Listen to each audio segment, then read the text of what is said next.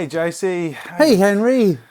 Hey. It's nice to see you again. It's been 7 long days. 7 days. 7 long like Craig Craig David-sized days.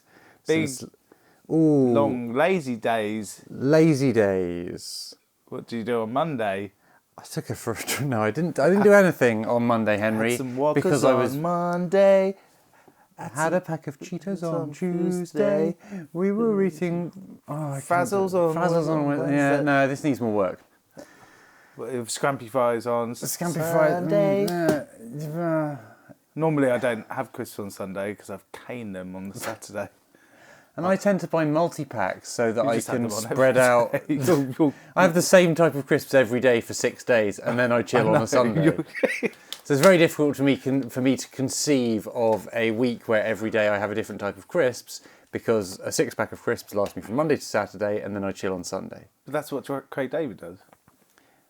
Do you think he was eating crisps while he was meeting girls, making love, taking for them Not for while drinks? he was making love. Well, I would like to think that he met a girl on Monday over a packet of crisps, or in the crisp aisle, perhaps.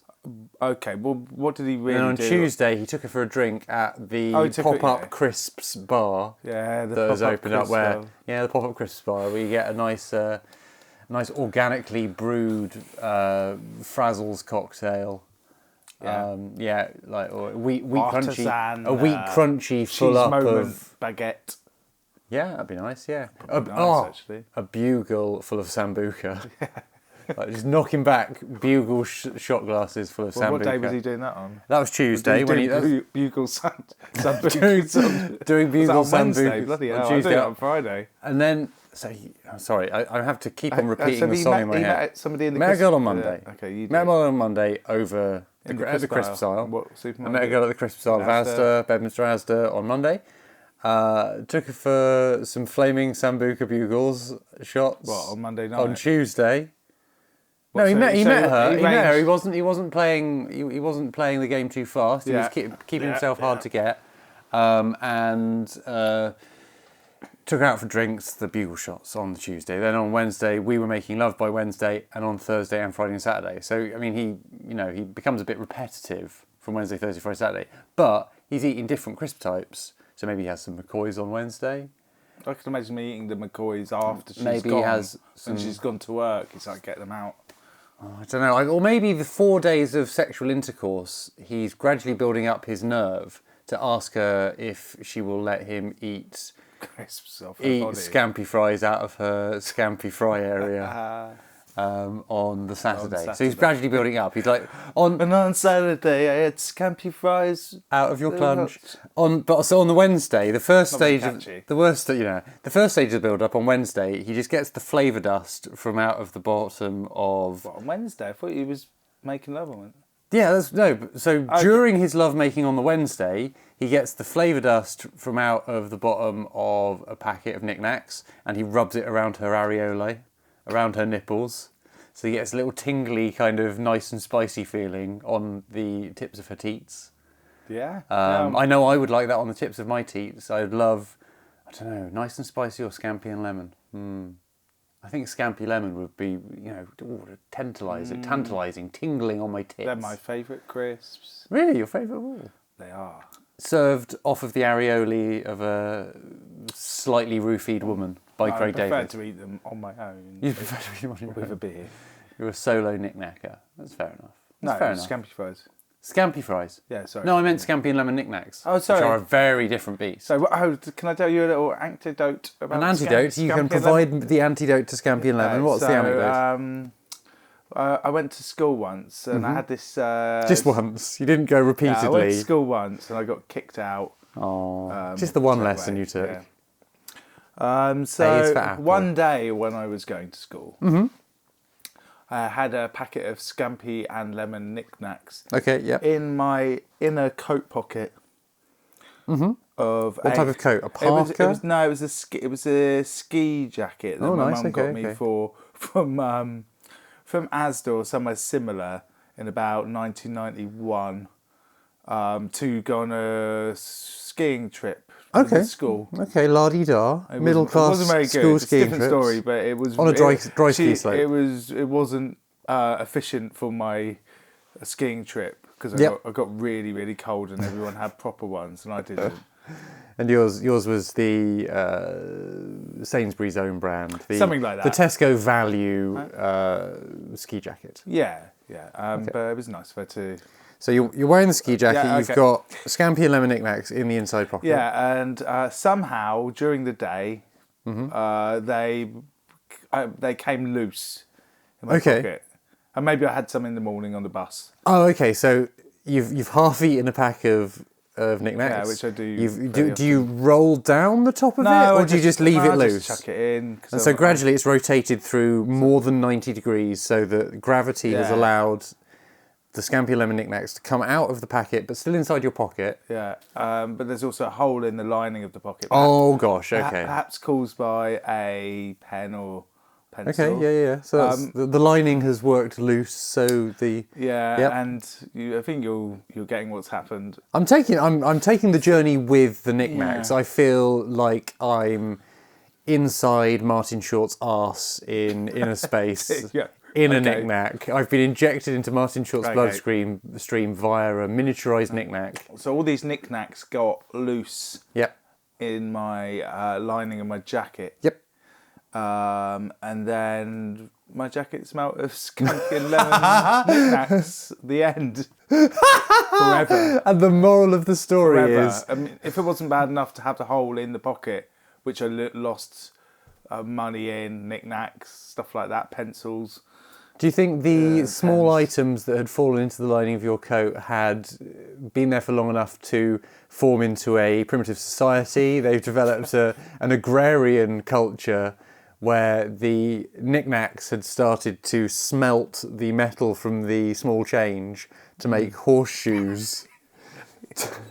To go on the tiny plastic horse toy that you'd lost in there. To make horseshoes. To make tools first. To make horseshoes to give them good luck in the future so that they were never found and eaten so that they could continue their society. Yeah. It's a lovely image, isn't it?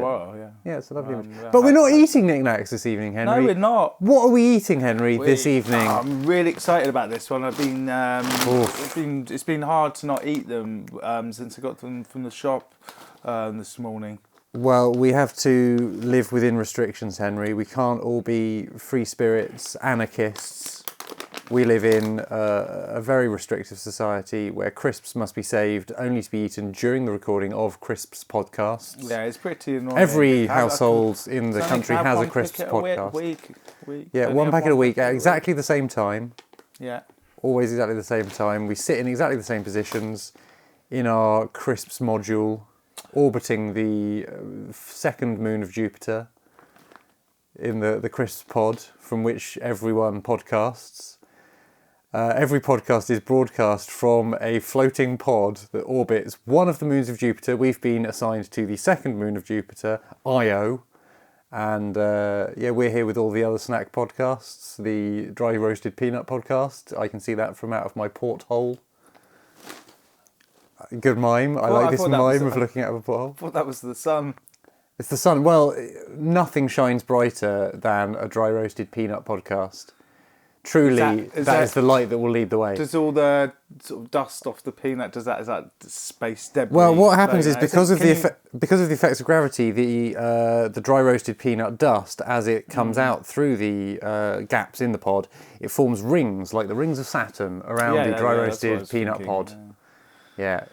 Meanwhile, we are knee deep in the shrapnel of crisps that we've eaten like Cookie Monsters, allowing the crisp crumbs to spill from the sides of our mouth onto the floor of our space pod, from which we are casting this podcast immediately now. Okay. So yeah, I've got here a packet of, I know I'm going to say this wrong and you're going to correct me, but I don't care. Ginni's. I would agree with that pronunciation. Would you like to spell the name of the manufacturer? Ginnis. with an apostrophe between the I and the S, indicating that these Fuck crisps apostrophe. belong to Ginny. Oh, you're a renegade of punctuation. So these belong to Ginny. Ginny, do you think Ginny is the name of the founder? Is it like Bobby's? We've kind of gone full circle. Yeah. Do you think Bobby and Ginny are married? Yeah, Bobby and Ginny. Tom, Bobby, and Barbara and Ginny. Barbara Ginny, yep. Tom and Babs. Okay, so I've actually done a bit of research. Oh, okay. You've come prepared. First time that I've done it, not much. But I was just waiting for you to... You've brought a Swiss Army knife to this knife fight, haven't you? I'm you're going to take out the small scissors. I need to have my... the corkscrew. Yeah. The tool for getting stones out of horses' hooves. You've got loaded up there. You've loaded up a website. It's the website of Ginny's Crisps. Yeah. So I'm going to come back to that in a bit. Okay. So save it up. So I've got a packet of Ginny's Crisps. Yes. The sub-brand... What would you call it? So Ginny's is the manufacturer. Yeah, and the title of this bag of crisps. And the title of the crisps is Crinkly. Crinkly. Oh my gosh! I hadn't seen how. You have to turn it down like that. The word crinkly extends all the way around the side of the bag, and it is spelt unusually. It's spelt CRINKLEE. Now, is that the correct spelling for crinkly? Well, because I thought it had a Y on the end. Yes, I would say it should be CRINKLY, crinkly. Which leads me to think, are these crisps crinkly, and do they have something to do with someone called Lee, like perhaps the physical comedian Lee Evans? Perhaps, yeah? Yep, so these are not just Ginny's, but they're also committed to promoting any entertainer. Lee's Tom, Bobby and Barbara Ginny's son. Oh, yeah, maybe it's a tribute to their son. Do you think Crink Lee is related to Lisa Scott Lee from Steps? Well, think back to your genealogy. Think back. Do you think Crink Lee and Lisa Scott Lee are related? By marriage, perhaps? No. Okay, that's fair enough. I don't know. They don't have to be. I mean, no, I was just trying it's one of the top 3 most popular surnames in Korea. So there's lots of people with the surname Lee. Just had along with Park and something else. I don't know, you said Steps, and then I just started to think about Steps, and I couldn't remember who they were. Can you name all 5 of Steps? Can you name all 5 Steps? Quickly. Budgie, yep, he's a step. H, yes, H is a correct step. Come on. What's H's full name? Ian H. Watkins. Carry on. Oh, God. I don't want to go down that wormhole. Oh, it's not a wormhole. Well, it's 5 names. Ian Watkins. Ian Watkins is, he is the person otherwise known as H. No, but isn't he? He's the guy from Lost Prophets as well. Oh yeah, Ian Watkins from Lost Prophets. I don't want to go down there. See the Ian Watkins wormhole, and I'm moving back. So, Ian H. Watkins, Lisa Scott Lee, Carol Faye Tozer, just a mannequin. Claire. Two mannequins. Claire also from Steps, and the boy Step. Oh, it's meant to be me naming them. Okay, well, it's not a competition. It is a competition. Claire, Thingy Bob, Honeybun, Stansbury, Stansted, Claire Gatway. Oh, I don't know. So this brand's called Ginny's, and they're called Crinkly Crisps. They're Crinkly Crisps. To be honest, they don't have crisps on packets that often. Why do they not use the word crisps? Because they're obvious. So it's obvious, isn't it? Do you think that... Are you only allowed to call them crisps if they are made of potato? Yeah, because actually, they tend to be called like maize snacks or corn snacks. I think that's just probably is a law about that. They also sound it for... Well, we'll go later on in this run of podcasts, maybe in about episode 32. We will be bringing lawyers in to explain to us the niceties of crisp naming. Yeah. The laws regarding... We'll have one lawyer representing the maize snacks, one representing... Because you can focus on that in law. Yeah. You can get into snack law, like maritime law, snack law. Yeah. So it says on the front, it also says, made from home-grown British potatoes. Ginny's home. She's got a very large garden, or a very small business, and a normal sized garden. I love the way we try and imagine the people behind it. I'm personifying it. I'm anthropomorphizing the world of crisps. But then we're always right. Yeah, we're always proven to be exactly correct. So also says I'm not going to try and make you guess this. They were established in 1980. Okay, that's fair enough. Good year. So yeah, well, slightly older than me, possibly the same age as you, I believe. Yeah, exactly. Yeah, it's a good year. Yeah, it's the year I was born. Yeah, it's a good year for crisps and crisp lovers. Yeah. It also has a British stamp on it. Is that a proper one? At the top left, it says, what does it say? It says British crisps. And it's got a crown on it. I'm guessing what they're aiming for there is... It's not real though. That's not by a real Her Majesty's appointment. That's what I was thinking of. Yeah. By Her Majesty's appointment, but instead it's not by Her Majesty's appointment. It just says British crisps and it's got a crown on it. The Queen wouldn't be seen dead eating these. No, I don't think they're in the Queen's capacious larder at Buck House. I don't know. I'd like to say she ate at Tyrrell's, but they haven't been around forever, have they? Like her. I wonder. No, see, there's another area of research. So what we need to do is we need to hire a research team to go out and bring us back the info on what crisps the Queen likes. How many different brands of crisps have got the Her Majesty's seal of approval, royal approval? Is there any? Has Marmite's got it on? Well, pretty much every pack of fags has it on. Does it? Well, I don't know about these new brown-coloured packs of fags, but in the olden days, Silk Cut has a little crack thing, like because Super King? Princess Margaret really likes Silk Cuts. Fergie likes Embassy. Fergie's into Embassies. Yeah, that's true. Mary Queen of Scots smoked Hamlet cigars. Queen Victoria, Golden Virginia.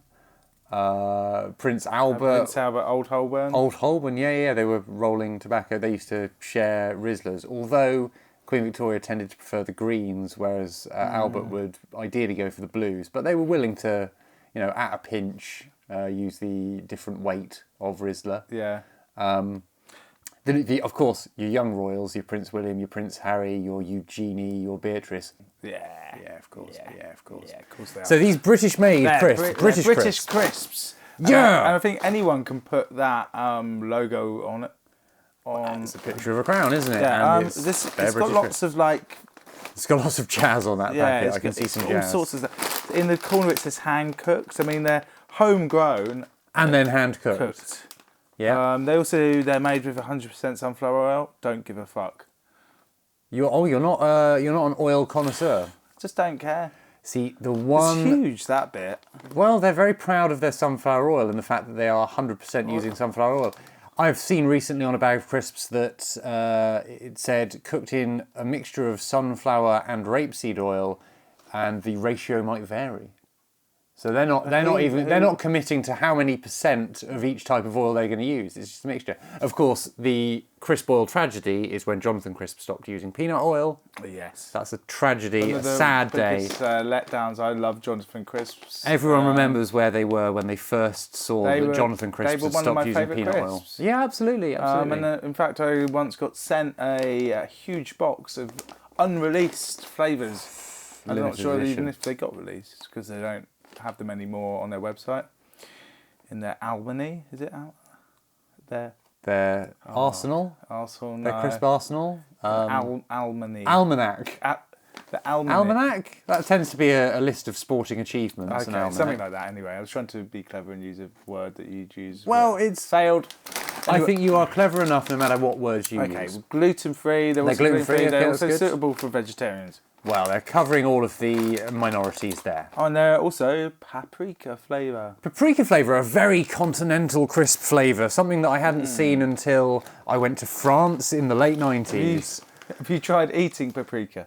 I have eaten paprika. Do not put a whole spoonful of paprika in your mouth. You will be unable to breathe. Exactly. Yeah, it's quite a remarkable flavour. Yeah.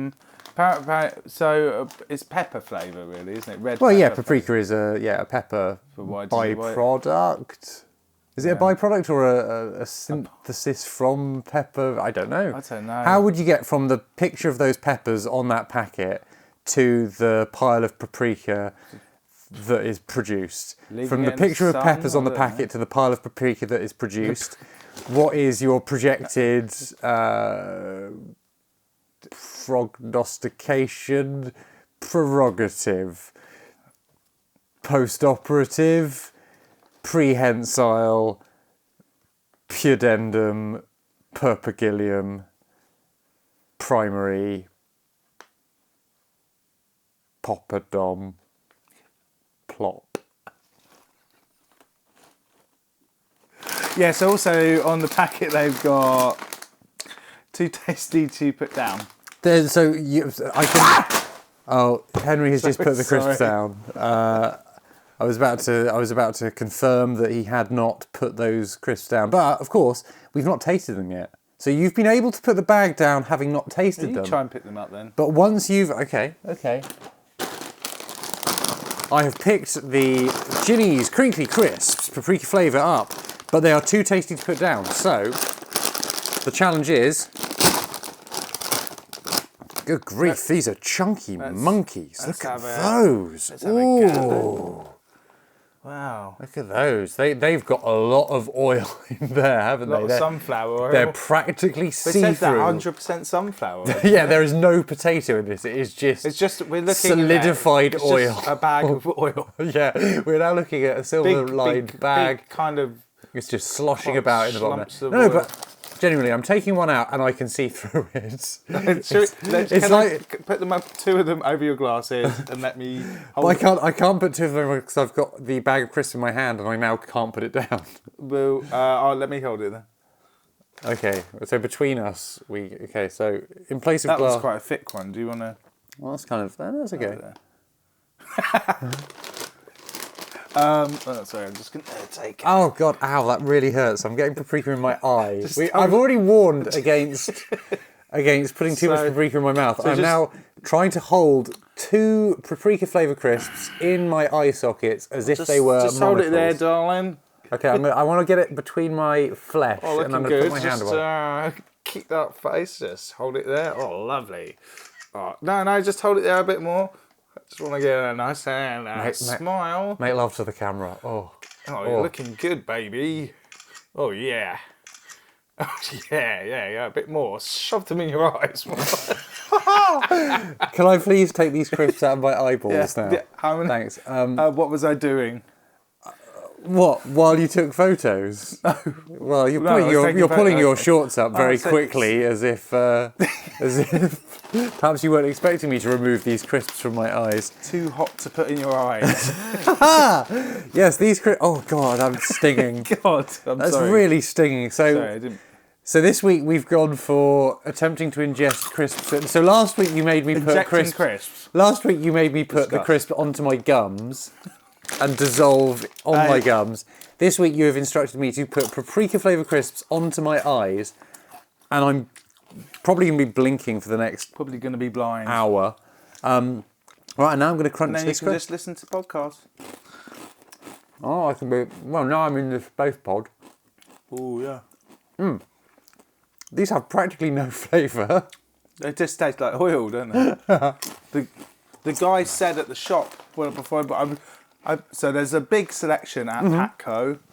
Let Patco, proud sponsors of the Tales from the Crisp podcast. Patco. Patco. Everything you need. It's Patco. Run by Mr. Patco. Former postman Pat. So, when you were talking to former postman Pat at Patco, the shop where Look at that.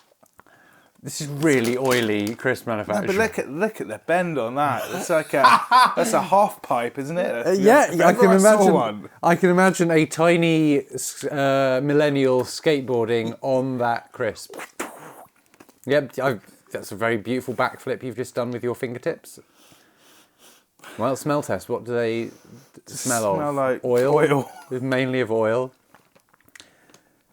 So I was seeing. I was down at Patco's. Yeah. Okay. So you're there. You're browsing the crisp selection, which is quite large. Yeah, a large crisp selection under the watchful eye of former postman Pat. Yeah. So he's there, and I stare at some think they were Jacob's Crinkles. Is Okay. that what they're called? They're nearly crinkly. I don't know if you had them in alphabetical order, but I think the Crinklies were near the Crinkles. Okay, yeah.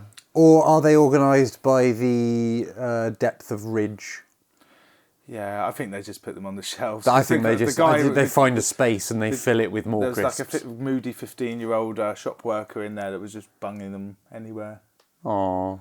I hope treating them with care, because I feel like you should, when you take a bag of crisps off the shelf. They're in good condition. Yeah, but then again, they are fluid. They are pure oleaginous fluid. Yeah, they are just fluid, even though we picked them up. And made a crunchy-ish noise with them. Yeah. At least they're not called crunchies, because they're not that crunchy. They're more, I don't know. They are crinkly.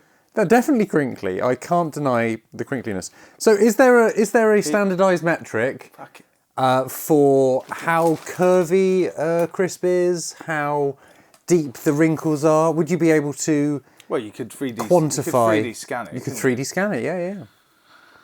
And then when you 3D scanned it, would you then put kind of tether marks on it and then motion capture control it? So you get Andy Serkis, the Gollum actor and King Kong remake actor. You get him to be there in his green body stocking covered in ping pong balls, and the 3D scanned crisp would move as instructed to. Why is he covered in ping pong balls? Because of motion capture. He's being motion captured. It was what? And they have to put ping pong balls on? Yeah, you wear a green body stocking, they put the ping pong balls on it. Why? It's like a mutated Kermit the Frog, like green body stocking, and instead of just having two ping pong balls as eyes, you've got ping pong balls as eyes, you've got ping pong balls on your chin, you've got ping pong balls on your elbows, ping pong balls on your wrists, ping pong balls on your knees, ping pong balls on your ankles, ping pong balls on each of your buttocks, ping pong balls on each of your nipples. A paprika ping pong ball, pinball wizard, pupating polychromatically in a polygamous relationship with Private Peterson of the... Peter Purvis. Peter Purvis of both Blue Peter and Doctor Who. For a moment there I thought you were going to accuse Peter Purvis of being a paedophile, but he's not. He does like people. He does like people called Peter, including himself. Mr. Postman Patco. Former Postman Patco. He's not allowed to be called Postman Pat anymore because Chairman Patco. Because after Postman Pat, former Postman Pat, after he absconded with a couple of mailbags and just threw them in a bush, and went off home and got high, they sacked him. The Royal Mail sacked him, and he is now officially only allowed to be called former Postman Pat. The postman formerly known as Postman the Pat. Postman the Pat formerly employed as a postman. So you were at Patco, owned and operated by the Pat formerly employed as a postman. All right, so yeah, I was in Patco. Yeah. We've set the scene. I feel like we've set the scene. You're there. Where am I? You're in Patco. What are you stood next to? Crisps. And who's watching over this with his loving grace? Mr. Patco. Mr. Pat, formerly employed as a postman. So I pick up the Ginni's crinklies, or I go to pick them up. Yep. And I hear a voice, and he says, "I've had them. They're really nice," or something. I can't remember exactly what he said. They're good. I feel like you've encapsulated it. Yeah. So and I hadn't had them before. So when he said this, how close to you was he? Was he still behind the counter? Yeah, still behind the counter. Had he imperceptibly crept round it? He saw me coming in, and I had a bit of a limp. Okay, you're really painting a picture with your words here. And there was the 15-year-old kid working. Yeah, just punching bags of crisps into just throwing them from the back door. I hate this job. Yeah, I hate it. Don't know why you make me work. I don't know why you make me work here, Uncle Pat. Yeah. And then I think he thought he was going to shoplift some crisps, which would be fairly hard to do. But they're quite a noisy thing to shoplift. Yeah, exactly. And then he went behind the till, and I think my initial thought was, I bet they're nearing the sell-by date, and he just as is always the case with. Yeah, they're really nice, honestly. But I was thinking. So do you think he was giving you the hard sell? Yeah. Oh God, guys. He gets bonuses. Well, him and the rest of the Pat family were sat in the back going, look, guys, the business is going to go under if we don't offload these crisps. He had an earpiece telling him. He was being fed. He was... Tell him to get them. Tell him to get the Ginni's ones. Yeah, get those. Yeah. In a kind of Cyrano de Bergerac kind of way. Do you think Mr. Pat behind the counter, he wanted to interact with you, but he was too shy? So he went and met his facially disfigured... Me? Yeah, no, he just wants to talk to you about his love of crisps. He just wants a friend. Oh, okay. Yeah. No, because he was trying to... He's seen me in there. Well, he's seen you in there. He's seen your online crisp-loving presence. Yeah. And he's thought, when that guy next comes in here, I want to show him that I like crisps too. I want him to realise he's part of a community, a crisp-loving community. But I'm too shy. I don't feel like I can broach that topic, even though I'm the crisp salesperson and he's the crisps purchaser. I don't feel I can enter into a conversation about crisps this soon.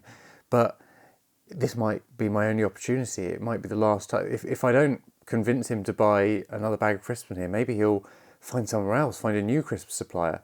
So I'm going to get someone else to stand in the back room of my crisps emporium, looking over the CCTV, the closed crisps television, and via an earpiece feed him dialogue so that he can enter into this conversation with you about crisps and just, share a little bit, make a connection in this harsh, cold world. We didn't come out with many good lines after that. No, I don't think the person in the back room was... I tried to interact with him about a can of apple ties, but he wasn't... But that wasn't what he was interested in talking to you about. He hadn't prepared for an apple ties chat. He was only in it for the crisp chat. It's quite hard. I was like, oh, it's a nice matte finish to this apple ties can. 50 years they've been going, don't you know? Yeah, but the apple ties company, 50 years. Yeah, it's on the matte can. If you go to Co-op, they're shiny and thin and more expensive. I'm sorry, this has turned a corner into a soft drink exploration, and I feel like the person in the back room of Patco feeding the information to the ear of Mr. Pat. I don't feel I've prepared for a soft drink discussion. I've got someone feeding me this information. Oh, okay, I see. Facts about apple ties. So you're just a middleman, and I'm having a conversation with someone in... Is it someone who's in the dry roasted peanut pod? I don't know. Floating around the moon with us. It's a sentient being. A what being? Like a sentient? A sentient being? Yeah. But what kind of being? Don't know, can't see him. Is it an animal? A cloud? I don't know. He's just got a normal voice. A sentient smell? It sounds a bit like John Leslie. It sounds a bit like John Leslie. So it's a sentient smell. It's not charades. It sounds so is it Bon Besley? Is it Don Desley? So it's Don Desley, the ghost of Don Desley, who is inhabiting a sentient smell, communicating with you via earpiece. No, it sounds... His voice sounds like John Leslie. And his name sounds like John Leslie as well. So he's called Don Desley. He's called Don Desley. What's your name? Oh, John Leslie. His name's John Leslie, okay. It actually is John Leslie. And he's not a sentient being. At what point so you're accusing John Leslie of not having sentience. It's just John Leslie is some kind of unthinking shell of a man. He's a robot on standby. He's in a car outside. Yeah, maybe. Okay, he's senseless in a car outside. Are you in a car outside? Yeah, he's in the car outside. He's in the car outside, okay, that's good to know. So, John Leslie, I'm talking to you now via Henry.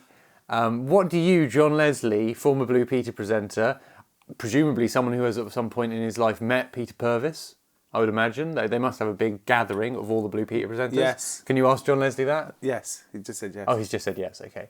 So all of the Blue Peters. So who is your favourite friend from the Blue Peter crew? Is it Diane Louise Jordan? Is it John Noakes? Is it Mark Curry?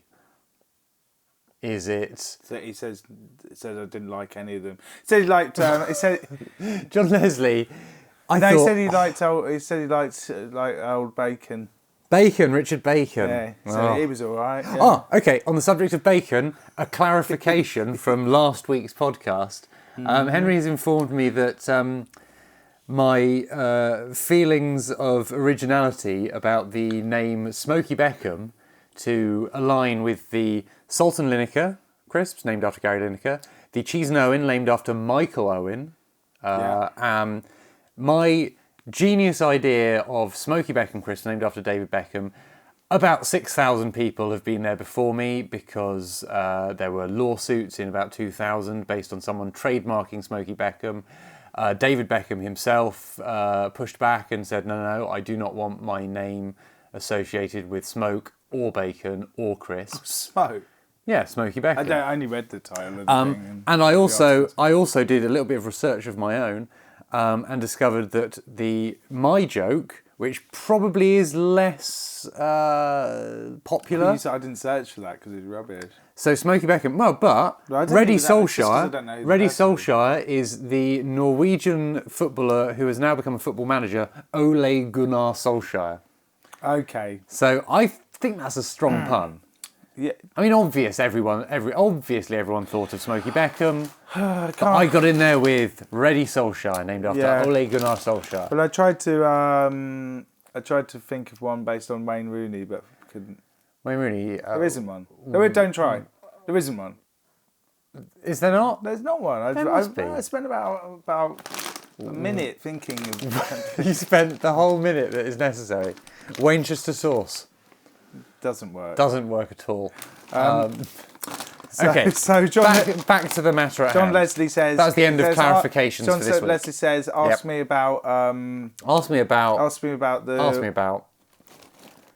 rotation. Ask me about the whirlwind, typhoon, the film Twister. So John Leslie, the Wheel of Fortune. Oh, of course, John Leslie's Wheel of Fortune.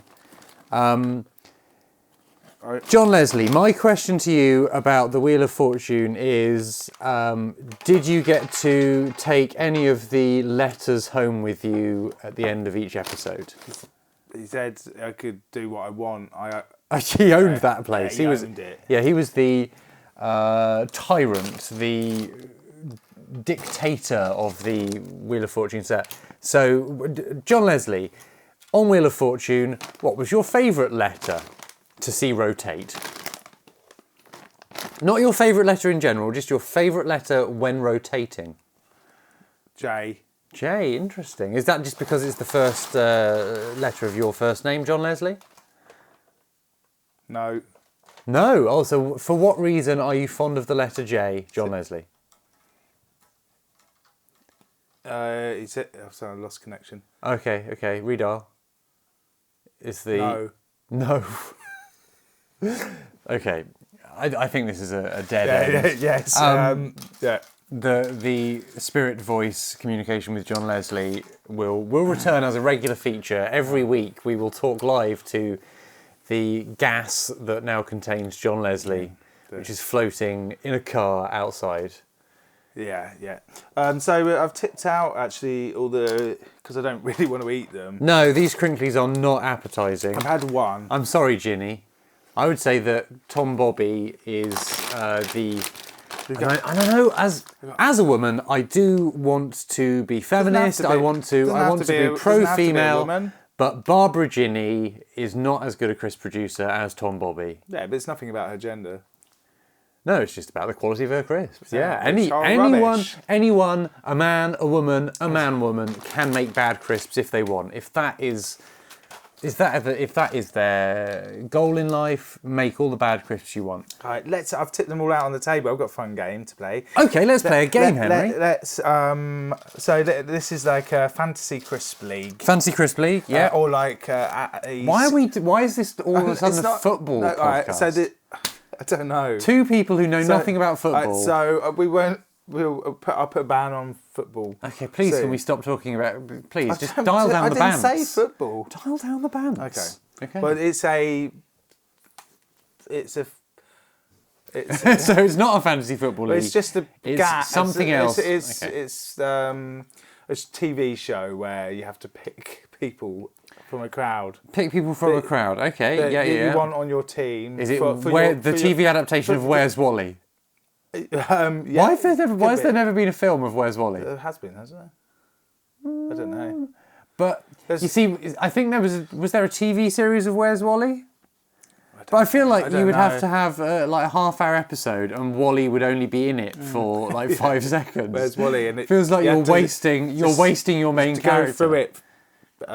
So the two alternatives for the Where's Wally screen adaptation are: one, you have the film is 2.5 hours long, like a Hobbit or something like that, and Wally himself only appears for about 5 seconds somewhere during the film, and the rest of it is just populated by other characters wearing red and white stripes, carrying walking sticks, wearing bobble hats with circular glasses in various combinations, and you've got to sit there with your eyes propped open with matchsticks so that you can maintain focus and spot Wally. And if you get to the end of the film and you've not spotted where Wally was in the duration of the film, you have to go back to the start and watch that whole film again. But it'll be mainly kids watching it, or will be crying. Well, how do you know that this is targeted at kids? It could be a dark reimagining of Where's Wally. At you. It could be a dark reimagining of Where's Wally. Okay, so that's the first possible way of making a Where's Wally film. The other possible way of making a Where's Wally film is it's all one continuous static shot from a high vantage point in super high definition. And all of the characters on it are about 5 pixels tall, and they're all milling around. And so for an hour and a half, you're just watching basically a crowd from space. And because it's got to be hard, because a spread of Where's Wally in the book form, how long would you reckon it takes you to find Wally? I would say 5 minutes. I mean, depending on your ability, depending on your Wally factor. Quickly, but I haven't looked at one. Depending on your WQ. I've seen your Wally. I don't think I've ever found him. So You've never found Wally? No. That's a sad way. Please, I don't want you to die without ever having found a Wally. Let me help find me. Well, help me find me. Where's Wally's book? He's not here. He's not here now. Where's the Wally book? I've never found the Wally book. You've not even found the book? Okay, I'm going to teach you later on about Google, and we will find that. Also, maybe or not? www.where'swally.com. Yeah, www.ww.com. So those are the two ways of doing a Where's Wally film. Well, and I think I'm going to make both.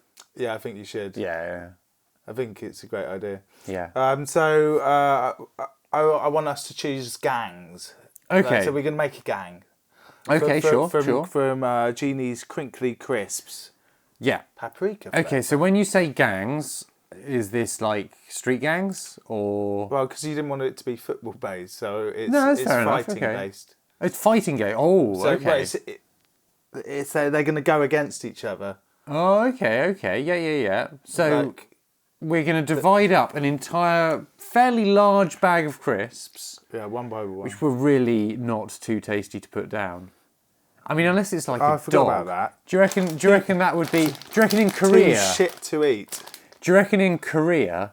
And let's get ready for racism. Yeah. Do you reckon in Korea? Let's get ready for racism.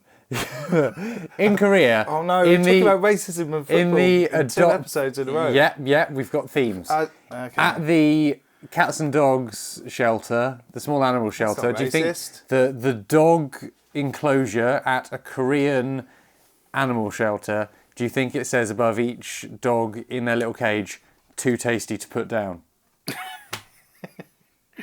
Yeah, that's a good one. Thanks very much. It took some working, some warm up to get to that. Okay, so we're dividing up crisps all of them, like a pack of cards. There's more than 52 crisps here. That's great. So you shuffle. Okay. You shuffle. So them. I'll shuffle the crisps. I'm just going to get I'll get the microphone in close to hear the sound of shuffling. Should I put my one in as well? No. Just do the commentating. Riffle shuffle. I'm fanning them out. No, I'm going to do the commentary. I'm cutting the deck. No, I'm doing commentary. Right, they're shuffled, Henry. What's next in this game? Okay, and now does the shuffler deal them? No, I want to pick. Well, there's one to shuffle. The other one you get to cut the deck. Okay, the deck has been cut. Then I'll put them back together. Yeah, well, I want us to pick them. I don't really want them to be dealt out. Yeah, but they need to be shuffled first. Yeah, like a pack of cards. Right. So we now get to pick. So now you've got to flip a crisp to find out who goes first. Okay, so. So you want that one with the? It's got a. So Henry's picked up a crisp which has a smaller crisp that's fixed to one side of it. So do I want What is that called? That's the heads, and then the tails is the side without an additional crisp stuck to it. Yeah. Yeah. Okay, so I'm going to go for heads. What is that? The side with the... The heads is the side with the head additional... With the head on. Yeah, the head's the side with the head on. The tail's the side with the tail on. Okay. Okay. So what are you? I'm heads. Okay. Flip that. I'll be tails. Okay. Do you want to... Okay. No, I think we should both be tails. Okay, no, I want to be tails. No, I think we're going to both be tails. Oh, heads. Heads, so neither of us win. Right, so... No, We're both tails. no, because we've got to do it somehow. Let's do it another way then. What are we trying to choose here? I can't remember. I don't know. Who goes first? Okay. So you go heads or first. tails? You go first. No, I want to... I'll be heads then. Okay, I'll be heads. Oh, it's heads. No, that's tails. Is it? Okay, well...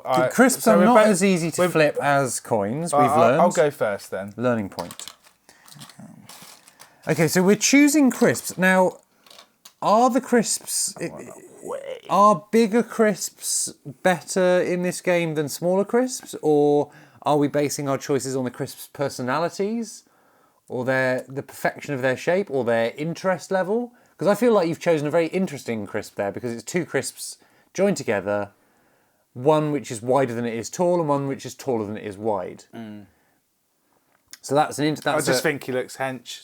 It's a hench crisp. Okay, I'm going to choose this crisp here, which is a small. You might say wow, because while you were choosing a large double thickness crisp, I have found a very small crisp which has come from the surface of a potato. So one side of it is the potato skin, and it's small and shaped like a cartoon three-pronged crown. No, I've chosen it. It's mine now. You can't see mine. So that's on my team. Well, it's my go. I'm going to have a proper look this time. Yeah, you were quick in there. You chose a crisp that was just flashy to look at on the surface. You didn't go deep. I saw another one I liked earlier. Okay. Well, I don't want to play... You're going to try and make me pick a small one, whereas... Oh, and then I'm going to flip it. Yeah. I'm going to flip it on you. I'm going to prove that I can out-crisp every crisp choice you make. There's no cooking stuff. I saw a cool one earlier. I'll go for that one. Oh, okay. You've gone for...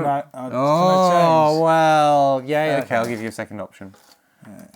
How many players are we going to end up with in our team? One. Oh, okay, so you've picked a crisp that is quite long and it's a fairly regular width. It's got a central nugget. That's quite nice. It's got an eyeball. It looks a little bit... Dali Bart Simpson. It looks a Dali Bart Simpson, or I'd say like a Barbara Hepworth sculpture. Okay. Very nice. Or Henry Moore. Okay, to beat that, it is a little bit like a kind of poker game. But whereas in poker you have a system of superiority in terms of runs of the same colour, and the ones with the faces on them, and like having two of something. I really don't play cards very much. Yeah. Here, it's a much more abstract choice process. We're choosing crisps. Well, you need to make them into suits. But what, wearable suits? No, it's a wearable suit, isn't it? Well, I'm looking. I think we shouldn't pick them all because it would take too long. No. But, I think a gang. What's it? A gang of five? I'm going to go for five aside. I'm going to go for this one, which is very smooth. That's the one I wanted. So it's even though this is a bag of crinkle cut crisps, I found one which is smooth. It's the shape of a pair of angel's wings, and it's kind of folded in a very dimensional fashion. It's almost like it folds in on itself, a little bit like a Moebius strip or a Klein jug. And that's going to go there with my crown. So I've currently got the brown crown and the folded wings. Yeah, I've got. You've got the henchman. Yeah. And the Hepworth. Okay. See one. It's really hard to focus in on a. Well, you can't see the wood for the trees, really. You're looking at a pile of crisps. Well, you can comment. We can swap angles. No, that's all right. No, it's okay. I don't want you to think I've got an unfair advantage in this entirely abstract new game we've come up with. That one. Oh, okay.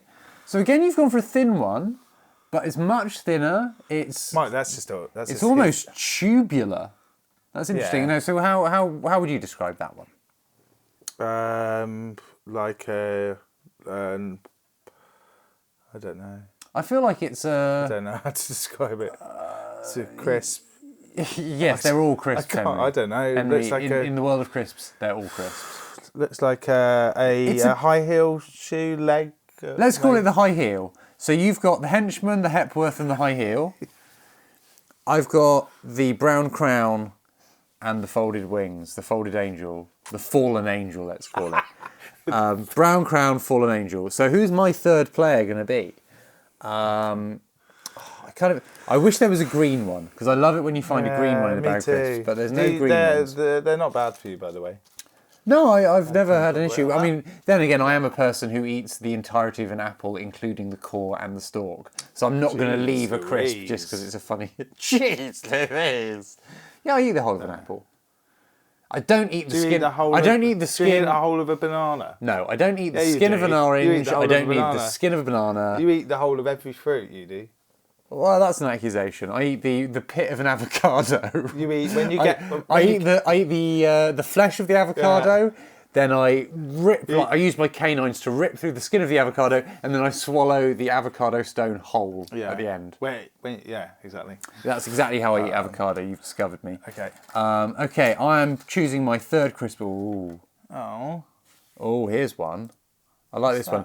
This one, it's. I feel like this is like a little helmet. It's a dome shape, but it's got a like a growth on it, like an eyeball. So it's like a predator mask of some sort. Yeah. So predator. I've got brown crown, fallen angel, and predator. Okay. Choosing his fourth player, Henry Collins. This is. Feels getting a little bit sparse here. The available players left to choose from going to line up are much of a muchness. Henry is... What's it called in the police station where you have it? A line-up, a process of elimination. Yeah, the ones I like in a row. Henry is selecting a few. Well, I just want to... Because I'm not making this mistake. In a strange way, it looks like you've decided that this bag of crisps is a jigsaw puzzle. You've emptied it onto the table, and you're finding the edge pieces or the clouds. Let's not do that. Try and reassemble the potatoes from the crisps themselves. I'm trying to find the one that looks most like John Leslie. That's what he's, yeah. He's telling me to do. He has mate. Found his way into your body. He's possessed you. The spirit, the gaseous spirit of John Leslie is in you. Yes. He's spinning that wheel of your soul to decide which player will choose first. Okay. He just said to get the biggest one. So you've gone for. So this is just the biggest one. So you've got Alpha Crisp, the henchman, the Hepworth, the high heel, and Alpha Dog. The big dog. The big dog. Okay, the big dog is your fourth player. Big Daddy Leslie. I do feel like I need to fight fire with fire a little bit. So my fourth choice, I feel like I want to get something big, but that was a very thick one there. I found one here which folds back on itself at an angle. Oh, nice. And I'm calling that one clam. Oh yeah. Clam. Yeah, clam. So, my four players currently are Brown Crown, Fallen Angel, Predator, and the Clam. Right, it's my last pick. So, your final pick to make... Are there more? Oh, you're going to pour out the final crumbs? You were saving some back.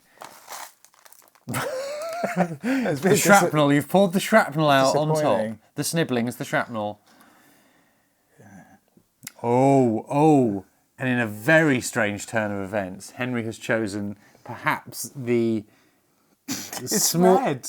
You found a red individual ridge, which kind of like feels like I don't know what that would be, a grain of wheat in size? Maybe a bit bigger than a grain of wheat. A long grain rice strand.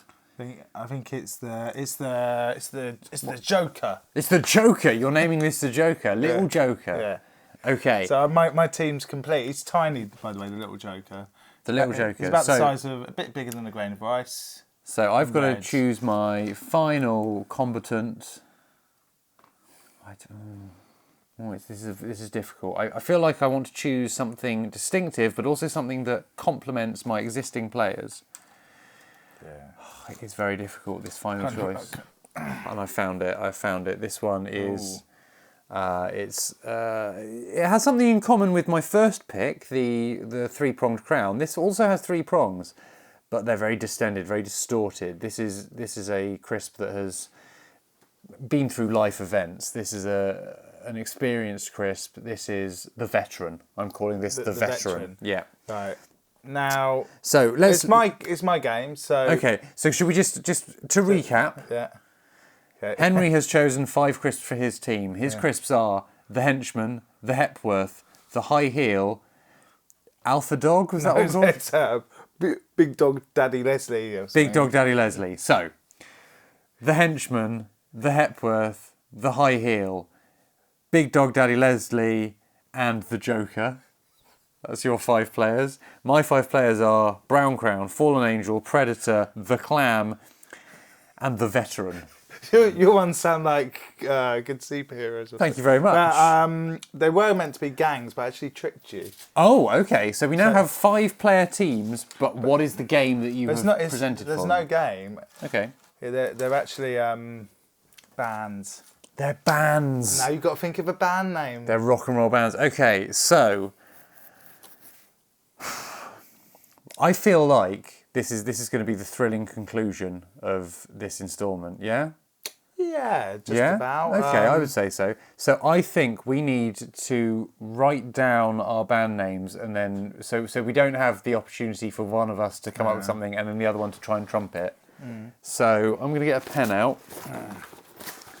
And this is so we've both. John Leslie says, would you like to go out sometime? Oh, that's very nice. I've been propositioned by the gaseous entity with the brains of John Leslie floating around in it, and it's an interesting proposition, Mr. Leslie. But I do have, unfortunately, a prior engagement with the liquid sentience of Valerie Singleton. So I'm getting a small piece of paper he's gone. onto which... I'm never going to say John Leslie again. Well, I will. Actually, we'll have to because he's in my band. Yeah, he's big dog Johnny Les. Yeah. Big dog Johnny Les. Are we gonna Giant Leslie? I don't think it's necessary for us to identify what instruments these band members play. I think it's pretty obvious. Mine don't play any instruments. Oh, okay. So your band are they all? Is it a 5-part harmony singing group of crisps? It's a bit like East 17. Because I imagine mine as being like Hot Chip, and they all play small electronic devices, apart from one of them who plays the guitar. I think the veteran plays the guitar. All the other ones are on synths. The Joker does all the music. The Joker does all the music, and the others are just eye candy. Yeah. Okay, I get it. So, have you come up with a name yet? No, I forgot about that. Okay, so think of a name, and then I'll write it down. Then I'll give you the pen. You can write yours down, and then we will simultaneously read out. Are you doing a pun? Of course you are. No, I don't think I am doing a pun. No. Well, you said hot crisps, didn't you? Hot chips. I said hot chips. You said a bit like hot chip. I said that the format of the band. My 5 crisps are a hot chip like electronic combo, past their prime. Maybe their second album was the best. Okay.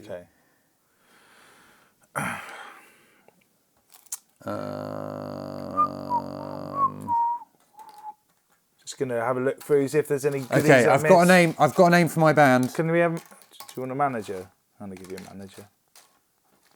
This is your. No, I think you're over egging the pudding here. Okay. Well, I'm having a manager because I want to do well. Oh, okay. I think my band are going to be self-managed. They're going to self-release all of their stuff, and they're going to be. They're all the fans. Yeah, the remaining crisps from the bag. And this is Crispade. So these 2 bands are performing at Crispade, 1980 Crispade, when Ginni's was founded. Yeah. With Bob Geldof is presenting, obviously, because that's what he does. And so I couldn't think of a Bob Geldof pun or a Wayne Rooney pun. Okay, so Henry, are you ready? So we've. Right, one sec. What is the name of your fictional band comprising 5 crisps? Crisps. Your band's called Crisps. Just Crisps. But I thought I'm glad you asked me first because I got in there and like I registered. I mean, if you're into crisp, crisps, you're gonna want to see the band called Crisps.